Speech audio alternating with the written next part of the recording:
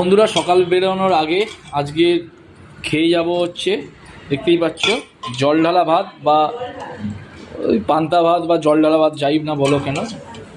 তো এই বেশি নেই নাকি, আর সাথে হচ্ছে এরকম লঙ্কা ভাজা, পেঁয়াজ, আর হচ্ছে ডিমের অমলেট। আর একটা জিনিস আসছে, সেটা হচ্ছে কি বলে ওটাকে, কি কি করে দিচ্ছ, ছাতু মাখা। বলতে বলতে দেখতে পাচ্ছ ছাতু মাখাও চলে এসছে। ও, আর এইটাকে এখন একটুখানি ভালো করে চটকে, এই যে লঙ্কাটা সুন্দর করে মেখে নিই, আর এটার মধ্যে দিয়ে চটকে চটকে মাখতে হবে। মাখামাখি করে নিলাম, একটু ছাতু নিলাম, একটু ডিম নিয়ে এই